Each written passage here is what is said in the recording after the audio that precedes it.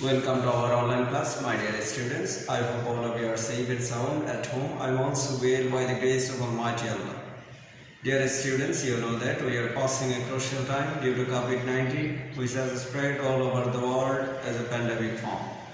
Dear students, at first I thank to our honorable principal sir to take steps for arranging online classes. Dear students, we are confined within the four walls of our house, so we should not stay without studies. Dear students, we have to continue our study. Dear students, today we will discuss an important topic, and it is transformation of sentence. According to short syllabus অনুসারে, there is no changing from simple to complex, complex to compound. এই টপিকসটা তোমাদের নাই, শুধুমাত্র আছে active voice থেকে passive voice, and affirmative, negative, assertive, exclamatory এবং degree, just এগুলো আছে। আর শর্ট সিলেবাসে কি নাই, simple to complex, compound to complex, এই সেন্টেন্সের চেঞ্জগুলো নাই। তোমাদের যেটা সবচেয়ে বেশি কঠিন লাগতো এই টপিকসটাই বাদ করে দেওয়া হয়েছে। সো এখন যে টপিকগুলো আছে এগুলো বলতে গেলে তোমরা ক্লাস 6 থেকেই পড়ে আসতেছো। সো এগুলো তেমন কঠিন কিছু না, দুই একটা প্র্যাকটিস করলেই তোমরা মনে হবে যে না এগুলো পারবোই। So we will expect to gain or to obtain 10 marks within 10 marks in transformation of sentence. যাই হোক, আজকে আমি একটা বুট কোয়েশ্চেন দিয়েছি, এটা একটা বুট কোয়েশ্চেন। এরকম যত কোয়েশ্চেনগুলো থাকবে মডেল কোয়েশ্চেন, বাসায় বসে বসে যদি একটু প্র্যাকটিস করো তাহলে এই টপিক্সে আসলেই 10 মার্কসে 10 মার্কস পাওয়া কোনো ব্যাপার না।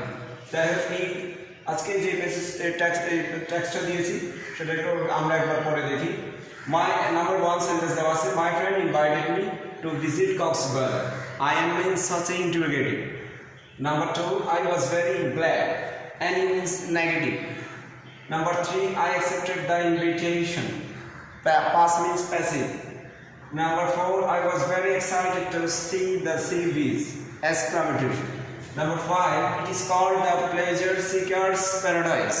Paradise means স্বর্গ, seekers মানে অন্বেষণকারী, pleasure মানে আনন্দ, S means active.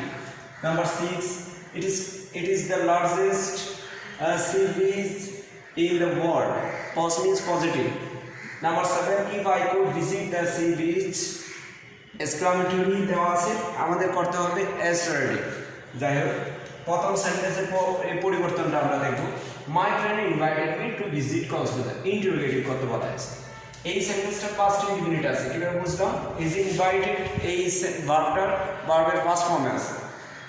সো যদি ইন্টারোগেটিভ সেন্টেন্স করার সময় অক্সিলারি না থাকে সেন্টেন্সে, সেই ক্ষেত্রে ডু, ডাজ, ডিড অক্সিলারি হিসেবে কাজ করে। এই সেন্টেন্সটা যেহেতু পাস্ট ইনডিফিনিট আছে, সো অক্সিলারি কি নিব? ডু নিব, ডাজ নিব নাকি ডিড নিব? ডিড নিব।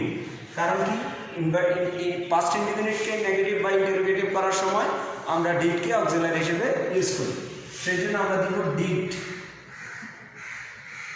ডিডন্ট আমরা একটা সংক্ষেপে নট যুক্ত করে দেব। সেন্টেন্সটা যদি হ্যাঁবোধক হয় মানে অ্যাফার্মেটিভ সেন্টেন্স হয়, ইন্টারোগেটিভ করার সময় যে অক্সিলারি নিব সেটার সাথে একটা সংক্ষেপে কি যোগ করে দিব? নট যোগ করে দেব, তার মানে ডিডন্ট। তারপর যা আছে হুবহু লিখে দিব। তবে মনে রাখতে হবে, পরীক্ষায় যেটা ভুল করার চান্স আছে, ইনভাইটেড থাকবে না, সেটা ইনভাইটেড থেকে ইনভাইট হয়ে যাবে, ভার্বের বেস ফর্ম হয়ে যাবে। কারণ কি, এখানে আমরা যে ডিডন্ট ইউজ করেছি সেটা দ্বারা বোঝায় যে এটা ফার্স্ট ইনডিফিনিট সেন্টেন্স, সেই জন্য ভার্বের আর ফার্স্ট ফর্মের দরকার হয় না। সেই জন্য ডিডন্ট মাই ফ্রেন্ড ইনভাইট, আমি ইনভাইটেড লিখি নাই, ইনভাইট লিখেছি। Invite me to visit Cox's বাজার, এই হচ্ছে অ্যান্সার। লাস্টে ইন্টারোগেটিভ চিহ্ন যদি না দিই সেক্ষেত্রে 0.5 মার্কস কেটে যেতে পারে। এই সেন্টেন্সে যেটা ভুল করার সম্ভাবনা আছে সেটা আবার বলি, ভার্ব যেটা থাকবে সেটার ফার্স্ট ফর্ম থাকবে না, সেটা বেস ফর্ম হয়ে যাবে। আর এই সেন্টেন্সটা অ্যাফার্মেটিভ সেন্টেন্স, সেই জন্য আমরা অক্সিলারির সাথে একটা নট যুক্ত করেছি। আর লাস্ট ইন্টারোগেটিভ চিহ্ন না দিতে ভুলে গেলে সেই ক্ষেত্রেও 0.5 কেটে যেতে পারে। নাম্বার 1 নম্বর সেন্টেন্সটা শেষ, আমরা 1 নম্বর সেন্টেন্সটা মুছে দিচ্ছি।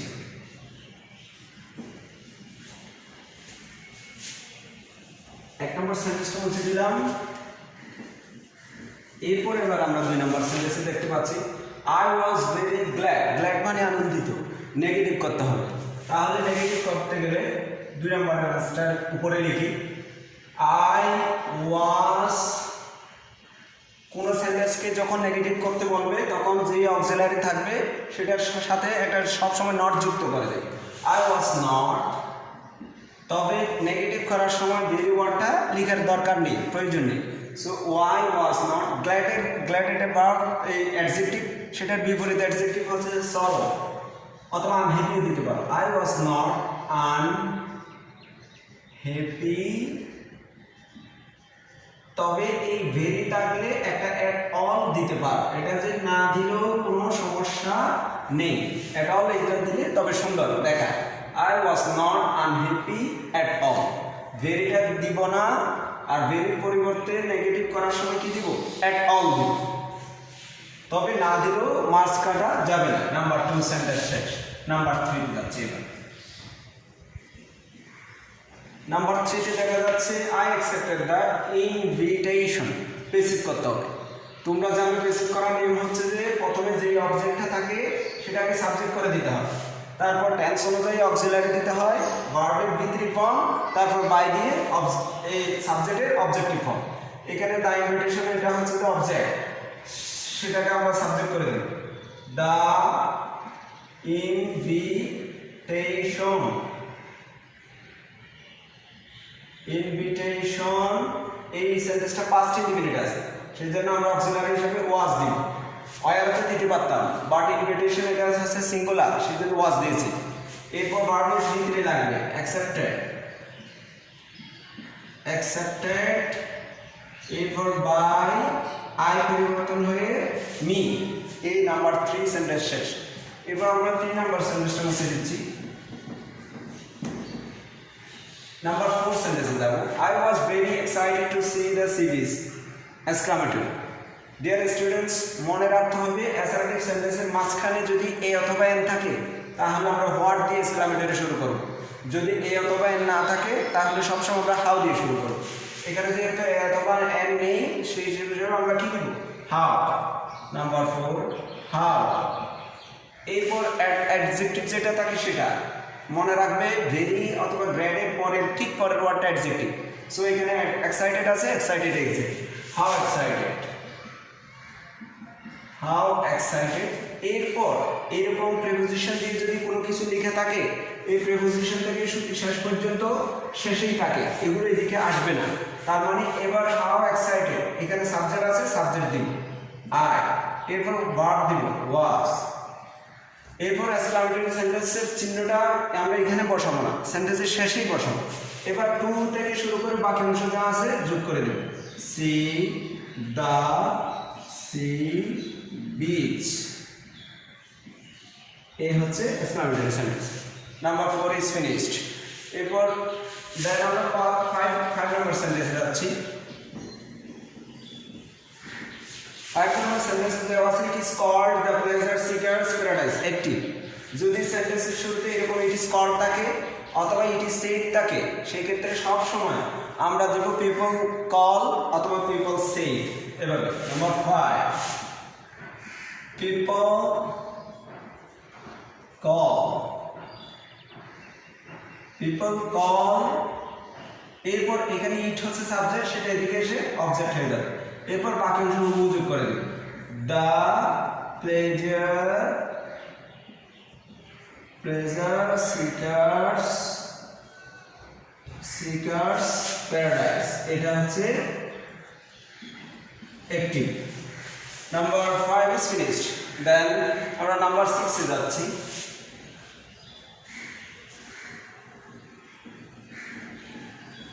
নাম্বার 6 এ দেওয়া আছে it is the largest sea beach in the world. Positive.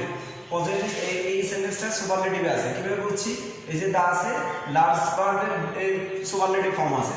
So এইরকম সেন্টেন্সে যদি সাবজেক্ট বা এগুলো দা প্লাস সুপারলেটিভ ফর্ম থাকে তাহলে পজিটিভ করার সময় নো আদার দিয়ে শুরু করব। No other sea beach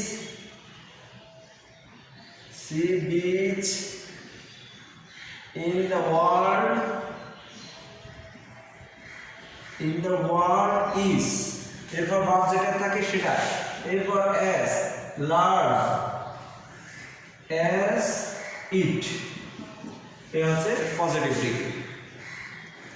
number 6 is finished। এরপর আমরা যাব নাম্বার 7, লাস্ট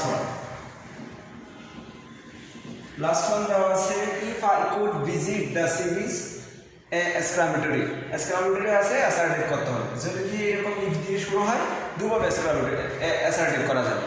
ইফের পরিবর্তে আই উইশ দিই, এরপরে যদি একটা কোড দেখো তাহলে আই উইশ না দিয়ে কোড দ্যাটও দেওয়া যায়। আমি বলি ইফের পরিবর্তে আই উইশ দিয়ে অ্যাসার্টিভ করা যায়, এক নম্বর। দুই নম্বর বলছি যদি কোড দেখি, এই ইফের পরে যদি কোড থাকে সেই ক্ষেত্রে আই উইশ না দিয়ে কোড দ্যাটও দেওয়া যায়, তাহলে আমি কোড দ্যাটটাই দিলাম। or that, এরপর এটা ইফের পরিবর্তে দিয়েছি, বাকি অংশগুলো লিখে দিব। I could visit the sea beach, এই হচ্ছে অ্যাসার্টিভ সেন্টেন্স। আশা করি তোমরা এই টেক্সটটা বুঝতে পারছো। এই যে আজকের বোর্ড কোয়েশ্চেনের উপর যে একটা ট্রান্সফরমেশন আমরা সলভ করেছি, এভাবে যদি বাসায় আরেকটু প্র্যাকটিস করো তোমাদের এই টপিকটা সহজ হয়ে যাবে, ভালো লাগবে এবং আউট অফ 10 মার্কসই তোমরা গেইন করতে পারবে বলে প্রত্যাশা করছি। সবাই ভালো থাকবে, সুস্থ থাকবে। Thank you.